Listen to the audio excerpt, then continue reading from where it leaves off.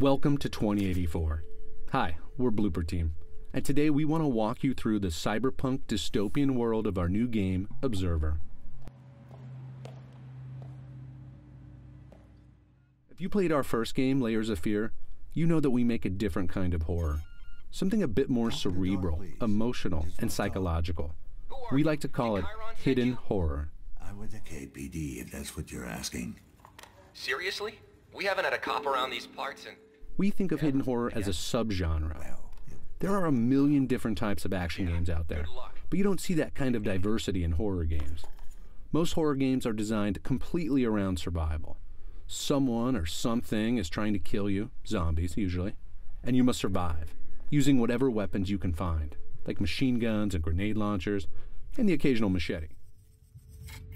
So fresh. A few people who played Layers of Fear went into the experience expecting survival horror, and were naturally disappointed in our lack of machetes and missile launchers. So let's clear up that confusion right now. What is hidden horror? We define it using two main ideas. The first is the subject. What is this game about? The axis on which the whole story and gameplay revolves. In Layers of Fear, the subject dealt with the edge of sanity. That cliff where sanity ends and insanity begins, and then jumping right over. In Observer, the subject is the boundaries of our own humanity. Where does our humanity begin, and where does it end? The proverbial fight between man and the machines we create. The deepening reliance on technology in our everyday lives. How that technology can be used as a tool, but also as a weapon.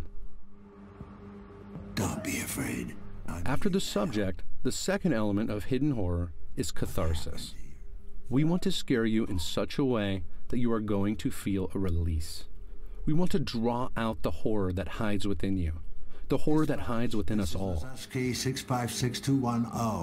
We'll help you to confront those fears, look them straight in the eye, and let them go. Damn it, still no connection. Listen. One of the fans of Layers of Fear put it best. So that's what it feels like to be insane. I can get whoever's responsible for this if you help me find him. So what does it feel like to be an observer? Observers are neural detectives. They have the authority to hack people's minds and relive their memories as a way to solve crimes. The device on Dan's wrist is the DR3AT, or as it's known to observers, the Dream Eater. The Dream Eater is what allows Dan to hack into people. The idea of inserting yourself into the mind of another is just one of the ways we test the boundaries of humanity, the boundaries of the individual. If someone is inside your head, are you in fact you anymore? Is the ability to force the deepest memories from a person morally acceptable? One could argue it's a new form of psychological rape. That's certainly how the Class C citizens of Krakow feel here in the year 2084. They are scared to death of observers and refer to them as leeches. If you read the tech headlines of today, this frightening future doesn't feel that far off. We already overshare on social media. We are also beginning to augment ourselves with implants like RFID chips and prosthetics. Has technology changed you? Are you being influenced without being aware of it? These are the type of questions we want you to ask yourself as you play Observer. One of the reasons people enjoy horror, enjoy nightmarish monsters scaring the daylights out of us in movie theaters around the world, is that it relieves tension.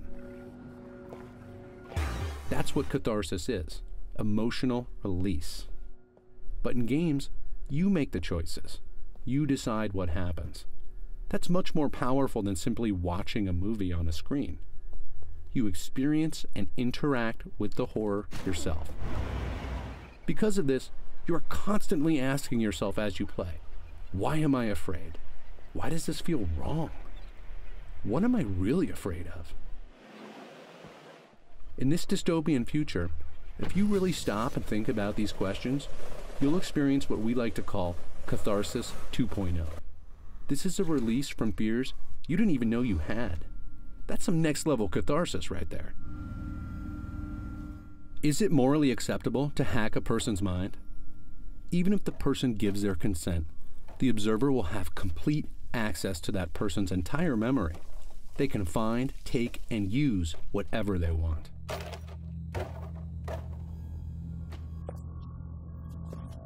These memories are a private part of this man's life. Detective Lazarski is just plowing right through it. Dan is driven to go as deep as he possibly can to find the truth. In this man's mind, we will learn that he's an ex-con, a recovering drug addict. So we will see the bars of his mental prison he has created for himself, the chains of addiction that hold him back.